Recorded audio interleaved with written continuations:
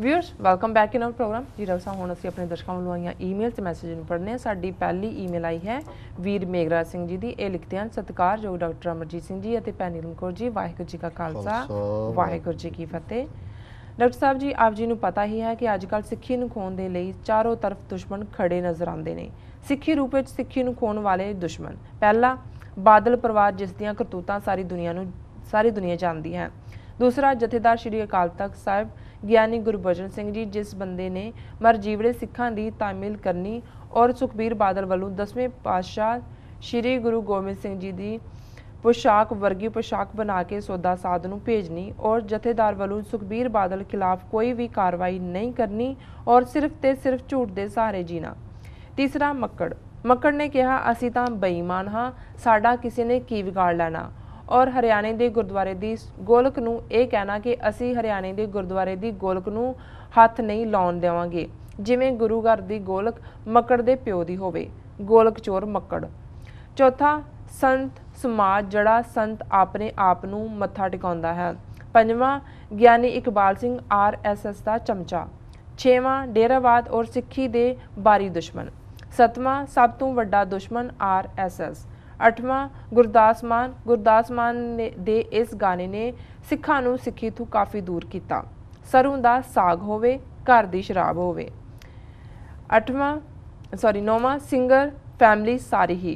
10वां लाडी शाह और सिक्खी दे होर भी काफ़ी दुश्मन ने जो मैनू चेते नहीं आ रहे। और डॉक्टर साहब तुसी ठीक कहंदे हो इन्हां दुश्मनों तो बचन दा एक ही समाधान है, वो है खालिस्तान। खालिस्तान जिंदाबाद जी डॉक्टर साहब जिंदाबाद।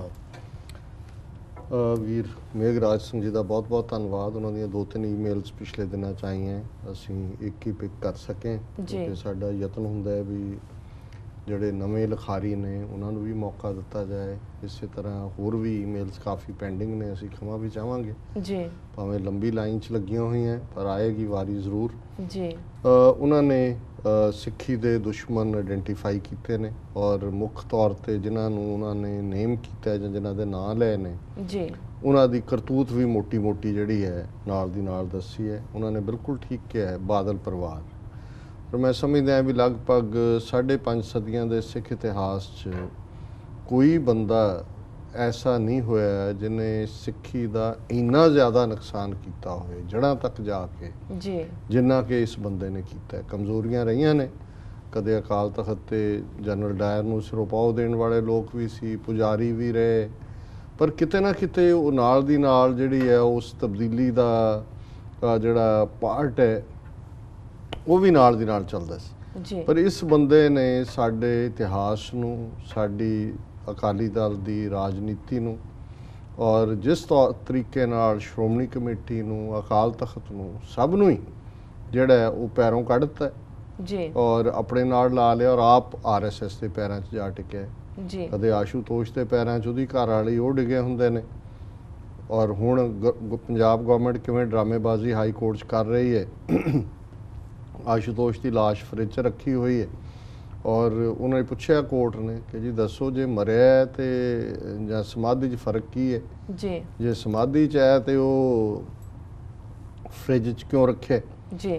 ਹੁਣ ਇਹ ਸਾਰੇ ਕਿਉਂਕਿ ਇਸ ਦੀ ਉਹਦੀ ਜਾਇਦਾਦ ਦੇ ਉੱਤੇ ਕਾਬੂ ਕਰਨੇ ਬੰਦੇ ਇਹਨਾਂ ਦੇ ਖੜੇ ਕੀਤੇ ਹੋਏ ਸੀਗੇ ਜੀ। ਦੂਸਰਾ ਪਾਰਟ ਇਹਨਾਂ ਨੇ ਅਕਾਲ ਤਖਤ ਦੇ ਜਥੇਦਾਰ ਦਾ ਰੋਲ। ਕੋਈ ਸ਼ੱਕ ਨਹੀਂ ਹੈ ਕਿ ਅਕਾਲ ਤਖਤ ਦੇ ਜਥੇਦਾਰ ਨੇ ਜਿਹੜਾ ਮੌਜੂਦਾ ਹੈ ਉਹ ਤਾਂ ਉਹਨਾਂ ਦਾ ਜਿਹੜਾ ਟੱਬਰ ਦਾ ਹੀ ਮੈਂਬਰ ਬਣ ਗਏ ਜੀ ਤੇ ਉਹਦੇ ਲਈ ਆਪਣੇ ਟੱਬਰ ਦੇ ਹੀ ਹਿੱਤ, ਬਾਦਲ ਦੇ ਹਿੱਤ, ਸੋ ਉਹਦੇ ਲਈ ਉਹਨਾਂ ਨੇ ਠੀਕ ਕਿਹਾ ਕਿ ਸ਼ਸ਼ੀਕਾਂਤ ਨੇ ਇਹ ਇਲਜ਼ਾਮ ਲਾਇਆ ਸੀ ਕਿ ਜਿਹੜੀ ਪੁਸ਼ਾਕ ਉਹਨੇ ਪਾਈ ਸੌਦਾ ਸਾਧ ਨੇ ਉਹ ਸੁਖਬੀਰ ਬਾਦਲ ਨੇ ਭੇਜੀ ਸੀ ਔਰ ਜਿਹਨੇ ਅੰਦਰ ਫੋਟੋਗ੍ਰਾਫਰ ਨੇ ਫੋਟੋਆਂ ਖਿੱਚੀਆਂ ਉਹਨੂੰ ਵੀ ਪੇ ਪੰਜਾਬ ਸਰਕਾਰ ਨੇ ਕੀਤਾ ਜੀ। ਇਹਦੇ ਬਾਵਜੂਦ ਇਹਨੂੰ ਤਲਬ ਨਾ ਕਰਨਾ ਸੁਖਬੀਰ ਨੂੰ ਕਿ ਬਈ ਐਕਸਪਲੇਨ ਕਰ ਇਹ ਕੀ ਹੈ। ਸੋ ਇਹ ਵੀ ਦੱਸਦਾ ਹੈ ਵੀ ਇਹਦੀ ਐਕਸਟੈਂਸ਼ਨ ਹੈ ਟੱਬਰ ਦੀ ਜੀ। ਤੀਸਰਾ ਮੱਕੜ ਬੇਈਮਾਨ। ਬਿਲਕੁਲ ਸ਼ਬਦ ਜਦੋਂ ਬੇਈਮਾਨ ਹੀ ਕਹਿ ਦਿੱਤਾ ਤੇ ਹੋਰ ਕਹਿਣ ਦੀ ਲੋੜ ਹੀ ਨਹੀਂ ਹੈ। ਹਾਲਾਂ ਪਿੱਛੇ ਜੇ ਇਹਨਾਂ ਦੀ ਸ਼੍ਰੋਮਣੀ ਕਮੇਟੀ ਐਗਜ਼ੈਕਟਿਵ ਮੀਟਿੰਗ 'ਚ ਕਹਿੰਦੇ ਨੇ ਜੀ ਮੱਕੜ ਨੇ ਕਿਹਾ ਕਿ ਜੀ ਮੈਂ ਕੀ ਕਰਾਂ। ਪਾਣੀ ਪੀ ਲਓ ਸਰ।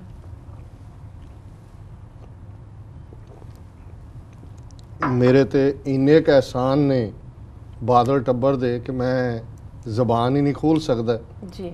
ਔਰ ਕੋਹਲੀ ਨੂੰ ਰੱਖਣ ਨੂੰ ਜਿਹਨੂੰ 1 ਕਰੋੜ ਰੁਪਈਆ ਦਿੰਦੇ ਨੇ ਤਨਖਾਹ, ਕਿ ਜੀ ਅਸੀਂ ਤਾਂ ਕੱਢ ਦਿੱਤਾ ਸੀ, ਹੁਣ ਜੇ ਸੁਖਬੀਰ ਜੀ ਨੇ ਕਿਹਾ ਤੇ ਮੈਂ ਕੀ ਕਰ ਸਕਦਾ, ਸਾਨੂੰ ਮੰਨਣਾ ਹੀ ਪੈਣਾ। ਆਸਾਨ ਹੀ ਇੰਨੇ ਕੁ ਨੇ, ਪਰ ਕਈ ਵਾਰੀ ਮੈਨੂੰ ਲੱਗਦਾ ਮੇਰੀ ਜ਼ਮੀਰ ਇਜਾਜ਼ਤ ਨਹੀਂ। ਸੋ ਇਹ ਬੇਈਮਾਨਾਂ ਦੀ ਜ਼ਬਾਨ। ਸੰਤ ਸਮਾਜ ਜੀ, ਨਾ ਕਦੇ ਸਿੱਖਾਂ 'ਚ ਕੋਈ ਸੰਤ ਸਮਾਜ ਦਾ ਕੋਈ ਕਾਨਸੈਪਟ ਸੀ। ਗੁਰੂ ਨੇ ਤਾਂ ਭਾਈ ਬਣਾਏ, ਭਰਾ।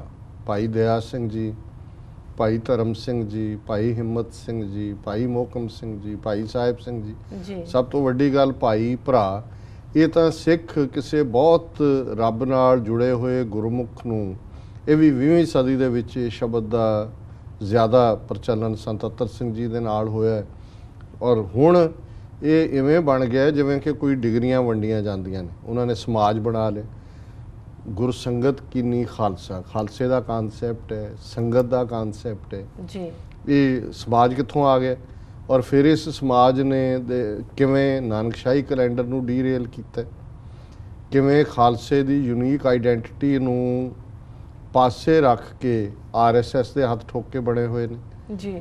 ਕਿਵੇਂ ਨਗਰ ਕੀਰਤਨਾਂ ਦੇ ਨਾਂ ਥੱਲੇ ਬਾਬਿਆਂ ਦੀਆਂ ਬਰਸੀਆਂ ਔਰ ਦੂਸਰੇ ਕਰਮ ਤਾਂ ਹੋ ਰਹੇ ਨੇ, ਪਰ ਮੁੱਖ ਧਾਰਾ ਦੇ ਵਿੱਚ ਜਿਹੜੀ ਸਿੱਖੀ ਪੰਥ ਵਾਲੀ ਹੈ ਉਹ ਜੇ ਤੁਸੀਂ ਦੇਖੋ ਗਾਇਬ ਹੋ ਰਹੀ ਹੈ ਅੱਜ ਪੰਜਾਬ 'ਚ। ਔਰ ਮੈਨੂੰ ਕਿਸੇ ਨੇ ਪਿਛਲੇ ਦਿਨਾਂ 'ਚ ਕਿਹਾ, ਉਹ ਕਹਿੰਦੇ ਜੀ ਇੱਥੇ ਜਾਣ ਤਾਂ ਡਰੱਗੀ ਪਤਤ ਪੁਣਾ ਜੀ, ਤੇ ਜਿਹੜੇ ਤੁਹਾਨੂੰ ਸਿੱਖੀ ਸਰੂਪ ਵਾਲੇ ਮਿਲਦੇ ਨੇ ਉਹ ਕਿਸੇ ਨਾ ਕਿਸੇ ਸਾਧ ਦਾ ਚੇਲਾ। ਉਹ ਹਰਮੰਦਰ ਸਾਹਿਬ ਜਾਂ ਦੂਜੇ ਨਾਲ ਉਹ ਆਪਣੇ ਡੇਰੇ ਤੇ ਜਾਏਗਾ ਜੀ, ਇਹ ਸਾਡਾ ਤਾਂ ਇਹਨਾਂ ਤੇ ਵਿਸ਼ਵਾਸ ਹੈ ਜੀ, ਇਹਨਾਂ ਨੇ ਸਾਨੂੰ ਜ਼ਿੰਦਗੀ ਦਿੱਤੀ ਜੀ। ਹੁਣ ਇਹ ਸੰਤ ਸਮਾਜ ਦੀ ਜਿਹੜੀ ਹੈ ਅਲਟੀਮੇਟਲੀ ਉਹਨਾਂ ਨੇ ਆਪਣਾ ਨਿੱਜ ਡੇਰਾ ਇੱਕ ਤਾਂ ਪੰਥ ਦੇ ਵਿਹੜੇ ਤੋਂ ਬਾਹਰ ਦੇ ਨੇ ਜਿਨ੍ਹਾਂ ਨੇ ਗੁਰੂਡਾਮ ਚਲਾਇਆ, ਉਹ ਰਾਧਾ ਸੁਆਮੀ ਹੋਣ, ਨਰਕਧਾਰੀ ਹੋਣ, ਆਸ਼ੂਤੋਸ਼ ਦੇ ਚੇਲੇ ਹੋਣ, ਸੌਦਾ ਸਾਧ ਦੇ ਹੋਣ, ਪਰ ਇਹ ਪੰਥ ਦੇ ਵਿਹੜੇ 'ਚ ਜਿਹੜੇ ਸੰਤ ਨੇ ਇਹਨਾਂ ਨੇ ਵੀ ਅਲਟੀਮੇਟਲੀ ਆਪਣਾ ਡੇਰਾਵਾਦ ਖੜਾ ਕੀਤਾ ਹੋਇਆ। ਫਿਰ ਉਹਨਾਂ ਨੇ ਖਾਸ ਤੌਰ 'ਤੇ ਪਟਨਾ ਸਾਹਿਬ ਦੇ ਜਥੇਦਾਰ ਤਖਤ ਪਟਨਾ ਸਾਹਿਬ ਦੇ ਇਕਬਾਲ ਸਿੰਘ ਦੀ ਗੱਲ ਕੀਤੀ ਜੀ। ਔਰ ਇਸ ਦੀ ਕਰਤੂਤ ਤਾਂ ਹੁਣ ਜਗਜ਼ਾਰ ਪਹਿਲਾਂ ਹੀ ਜਿਹਨਾਂ ਨੂੰ ਪਤਾ ਸੀ ਪਤਾ ਹੈ, ਹੁਣ ਤਾਂ ਇਹ ਵਿਸ਼ਵ ਹਿੰਦੂ ਪਰਿਸ਼ਦ ਦੇ ਸਮਾਗਮ 'ਚ ਉਹਦੇ ਨਾਲ ਬੈਠਾ ਮੋਹਨ ਭਾਗਵਤ ਦੇ, ਔਰ ਬੜੀ ਬੇਸ਼ਰਮੀ ਦੇ ਨਾਲ ਜਦੋਂ ਈਵਨ 1985 ਦੇ ਵਿੱਚ ਰਾਸ਼ਟਰੀ ਸਿੱਖ ਸੰਗਤ ਜਦੋਂ ਕਿ ਬਣੀ ਹੈ ਪਟਨਾ ਸਾਹਿਬ ਦੇ ਵਿੱਚ, ਉਸ ਦਾ ਇਹਨਾਂ ਨੇ ਇਜਲਾਸ ਰੱਖਿਆ, ਉਹਨੂੰ ਪ੍ਰੀਜ਼ਾਈਡ ਇਕਬਾਲ ਸਿੰਘ ਨੇ ਕੀਤਾ ਸੀ। ਹੁਣ ਜੇ ਨਹੀਂ ਸਿੱਖਾਂ ਨੂੰ ਸਮਝ ਚੁੱਕੀ ਫਿਰ ਉਹ ਸਿਰ ਦੇ ਉੱਤੇ ਤਖਤ ਸਾਹਿਬ ਕਰੀ ਜਾਓ, ਸਾਰੇ RSS ਦੇ ਏਜੰਟ ਨੇ ਜੀ। ਔਰ ਫਿਰ ਉਹਨਾਂ ਨੇ ਡੇਰਾਵਾਦ ਉਹਦਾ ਅਸੀਂ ਜ਼ਿਕਰ ਕਰ ਹੀ ਦਿੱਤਾ ਹੈ। RSS ਇਹਨਾਂ ਸਾਰਿਆਂ ਦੀ ਮਾਂ ਗੁਰਦਾਸ ਮਾਨ ਜੀ। ਹੁਣ ਦੇਖੋ ਅਸੀਂ ਬਹੁਤ ਵਾਰੀ ਇਸ ਗੱਲ ਤੋਂ ਗੁਰੇਜ਼ ਕਰਦੇ ਹੁੰਦੇ ਹਾਂ ਵੀ ਕਿਸੇ ਦਾ ਨਿੱਜੀ ਨਾਂ ਲੈ ਕੇ ਕੋਈ ਗੱਲ ਨਾ ਕਹੀ ਜਾਏ, ਕਿਉਂਕਿ ਇੱਕ ਐਂਟਰਟੇਨਮੈਂਟ ਦਾ ਵਰਲਡ ਹੈ, ਇਹਦੇ 'ਚ ਸਾਡੇ ਸਾਹਮਣੇ ਇੰਨੇ ਹੋਰ ਚੈਲੰਜ ਨੇ। ਜਦੋਂ ਪਰ ਕੋਈ ਕਿਸੇ ਦੀ ਲਿਖਤ ਆਉਂਦੀ ਹੈ ਅਸੀਂ ਉਹਦਾ ਜ਼ਿਕਰ ਵੀ ਕਰਦੇ ਜੀ। ਹੁਣ ਪਿਛਲੇ ਦਿਨਾਂ 'ਚ ਗੁਰਦਾਸ ਮਾਨ ਇਸ ਲਈ ਖਬਰਾਂ 'ਚ ਹੈ ਕਿ ਦਿੱਲੀ ਦੇ ਵਿੱਚ ਨਰਕਧਾਰੀਆਂ ਦਾ ਇੱਕ ਸਮਾਗਮ ਹੋਇਆ ਜੀ, ਔਰ ਉਸ ਵਿੱਚ ਇਹਨੇ ਸ਼ਮੂਲੀਅਤ ਕੀਤੀ, ਔਰ ਉਹਦੇ 'ਚ ਉਹਨਾਂ ਦੇ ਬੜੇ ਗੁਣ ਗਾਏ ਕਿ ਜੀ ਤੁਸੀਂ ਬੜੇ ਔਖੇ ਸਮੇਂ 'ਚ, ਵਿਖੜੇ ਸਮੇਂ 'ਚ ਵੀ ਬੜਾ ਤੁਸੀਂ ਮਾਨਵਤਾ ਦਾ ਉਪਦੇਸ਼ ਦਿੱਤਾ ਹੈ, ਬੜਾ ਖਲਕਤ ਦਾ ਦਿੱਤਾ ਹੈ। 1 ਕਰੋੜ 2 ਕਰੋੜ ਦਾ ਸੌਦਾ ਹੋਇਆ ਹੋਏਗਾ ਉੱਥੇ ਗਾਉਣ ਦਾ ਜੀ। ਹੁਣ ਇਹ ਉਹ ਕਲਾਸ ਹੈ, ਇਹ ਉੱਥੇ ਲਾਡੀ ਸ਼ਾਹ ਦੇ ਡੇਰੇ ਵੀ ਓਤ-ਪੋਤ ਹੋਇਆ ਹੁੰਦਾ, ਉਹਦੇ 'ਚ ਅਜੇ ਨੋਟਾਂ ਦੀ ਬੋਰੀ ਇਕੱਠੀ ਕਰਕੇ ਉਹਨਾਂ ਦੇ ਉੱਤੇ ਸੁੱਟ ਰਿਹਾ ਹੁੰਦਾ। ਪਿਛਲੇ ਦਿਨਾਂ 'ਚ ਸ਼੍ਰੀ ਹਰਮੰਦਰ ਸਾਹਿਬ ਅਖੰਡ ਪਾਠ ਕਰਾਉਣ ਦੇ ਔਰ ਉਸ ਦੇ ਲਈ ਵੀ ਰੁਮਾਲਾ ਲੈ ਕੇ ਘਰ ਵਾਲੀ ਨਾਲ ਪਹੁੰਚਿਆ ਹੋਇਆ ਸੀ, ਔਰ ਜਿਨ੍ਹਾਂ ਨੇ ਵੀ ਦਿੱਤਾ ਉਹਨਾਂ ਨੇ ਕਿਹਾ ਜੀ ਤੂੰ ਸਿੰਘ ਨਾਂ ਨਾਲ ਨਹੀਂ ਲਿਖਦਾ। ਹਾਂਜੀ, ਅੱਗੇ ਤੋਂ ਮੈਂ ਨਾਂ ਨਾਲ ਸਿੰਘ ਲਿਖਿਆ ਕਰਾਂਗਾ ਜੀ। ਹੁਣ ਪਹਿਲਾਂ ਇਹਨਾਂ ਨੂੰ ਪੁੱਛੋ ਕਿ ਵੀ ਇਹ ਡਿਸਾਈਡ ਕਰ ਲਓ ਵੀ ਇਹ ਸਿੱਖ ਹੈ ਜੀ। ਜੇ ਸਿੱਖ ਹੈ, ਜੇ ਤੁਸੀਂ ਮੰਨਦੇ ਹੋ ਤਾਂ ਫਿਰ ਸਿੱਖ ਦੇ ਉੱਤੇ ਅਕਾਲ ਤਖਤ ਦਾ ਹੁਕਮਨਾਮਾ ਲਾਗੂ ਹੁੰਦਾ, ਔਰ ਅਕਾਲ ਤਖਤ ਦੇ ਹੁਕਮਨਾਮੇ ਦੇ ਅਨੁਸਾਰ ਜਿਹੜਾ 10 ਜੂਨ 1978 ਨੂੰ ਆਇਆ ਕਿ ਇਹ ਨਰਕਧਾਰੀ ਜਿਹੜੇ ਨੇ ਇਹ ਸਿੱਖ ਨਹੀਂ ਨੇ, ਔਰ ਇਹਨਾਂ ਦੇ ਪ੍ਰਚਾਰ ਪ੍ਰਸਾਰ ਨੂੰ ਹਰ ਸੰਭਵ ਤਰੀਕੇ ਨਾਲ ਰੋਕਿਆ ਜਾਏ, ਔਰ ਇਹਨਾਂ ਦਾ ਸਮਾਜਿਕ ਬਾਈਕਾਟ ਕੀਤਾ ਜਾਏ। ਹੁਣ ਕੋਈ ਪੁੱਛ ਸਕਦਾ ਹੈ ਵੀ ਜੇ ਗੁਰਦਾਸ ਮਾਨ ਸਿੱਖ ਹੈ ਜਾਂ ਤਾਂ ਡਿਕਲੇਅਰਲੀ ਲਿਆਓ ਸਾਹਮਣੇ ਕਿ ਨਹੀਂ ਮੈਂ ਲਾਡੀ ਸ਼ਾਹ ਦਾ ਚੇਲਾ ਹੈ, ਤੇ ਜਿਹੋ ਜਿਹਾ ਮੈਂ ਲਾਡੀ ਸ਼ਾਹ ਲੱਭਿਆ ਇਹੋ ਜਿਹਾ ਇਹ ਹੈ ਨਰਕਧਾਰੀ ਜੀ। ਪਰ ਜੇ ਉਹ ਸਿੱਖ ਹੈ ਤੇ ਫਿਰ ਇਹ ਹੁਕਮਨਾਮਾ ਲਾਗੂ ਹੁੰਦਾ, ਔਰ ਇਹਦੇ ਲਈ ਉਹਨੂੰ ਐਕਸਪਲੇਨੇਸ਼ਨ। ਪਰ ਮੈਂ ਦੇਖਦਾ ਵੀ ਈਵਨ ਇਸ ਗੱਲ ਦੀ ਬਾਰਿੰਗ ਕਿ ਸੋਸ਼ਲ ਨੈਟਵਰਕਿੰਗ ਤੇ ਜਿਹੜੇ ਪੰਥ ਪਿਆਰੇ ਨੇ ਉਹਨਾਂ ਨੇ ਕਮੈਂਟਸ ਕਰਕੇ ਉਸ ਨੂੰ ਜਿਹੜੀ ਹੈ ਭੰਨਿਆ ਕਿ ਵੀ ਇਹ ਤੋਂ ਕੋਈ ਉਹਦੇ ਤੇ ਕੋਈ ਰਿਐਕਸ਼ਨ, ਕਿਉਂਕਿ ਜਿਵੇਂ ਇਹ ਸਭ ਐਕਸੈਪਟੇਬਲ ਹੀ ਹੋ ਗਿਆ ਕਿ ਵੀ ਠੀਕ ਹੈ ਕੋਈ ਜਿੱਥੇ ਮਰਜ਼ੀ ਤੁਰਿਆ ਫਿਰੇ, ਕੋਈ ਕਿਸੇ ਨੂੰ ਜਵਾਬ ਦੇ ਨਹੀਂ ਹੈ। ਔਰ ਇਸੇ 'ਚ ਹੀ ਉਹ ਲਾਡੀ ਸ਼ਾਹ ਦਾ ਜ਼ਿਕਰ ਵੀ ਹੋ ਗਿਆ ਔਰ ਐਂਡ 'ਚ ਉਹਨਾਂ ਨੇ ਕਿਹਾ ਵੀ ਖਾਲਿਸਤਾਨ ਹੀ ਹੱਲ ਹੈ। ਅਸੀਂ ਸਮਝਦੇ ਹਾਂ ਵੀ ਹੋਰ ਜੋ ਹਾਲਤ ਉੱਥੇ ਬਣੀ ਹੋਈ ਹੈ, ਜਿਸ ਕਦਰ ਸਾਨੂੰ ਸਾਰੇ ਪਾਸਿਓਂ ਘੇਰਿਆ ਹੋਇਆ, ਉਹਦੇ 'ਚ ਬਿਨਾਂ ਆਪਣੀ ਆਜ਼ਾਦੀ ਦੀ ਗੱਲ ਦੇ, ਬਿਨਾਂ ਆਪਣੇ ਆਜ਼ਾਦ ਮੁਲਕ ਦੇ ਅਸੀਂ ਸਰਵਾਈਵ ਨਹੀਂ ਕਰ ਸਕਾਂਗੇ। ਇਹ ਇੱਕ ਹਕੀਕਤ ਹੈ। ਔਰ ਇਹਨਾਂ ਦਾ ਵੀਰ ਮੇਘਰਾਜ ਸਿੰਘ ਜੀ ਦਾ ਬਹੁਤ ਬਹੁਤ ਧੰਨਵਾਦ ਜੀ। ਡਾਕਟਰ ਸਾਹਿਬ ਵੇਲਾ ਹੋ ਗਿਆ ਬ੍ਰੇਕ ਤੇ ਜਾਣ ਦਾ। ਬਿਊਰ ਸੋ ਸਾਡੇ ਇਸ ਤਰ੍ਹਾਂ ਬਣੇ ਰਹੋ, ਮਿਲਦੇ ਹਾਂ ਛੋਟੇ ਬ੍ਰੇਕ ਤੋਂ ਬਾਅਦ।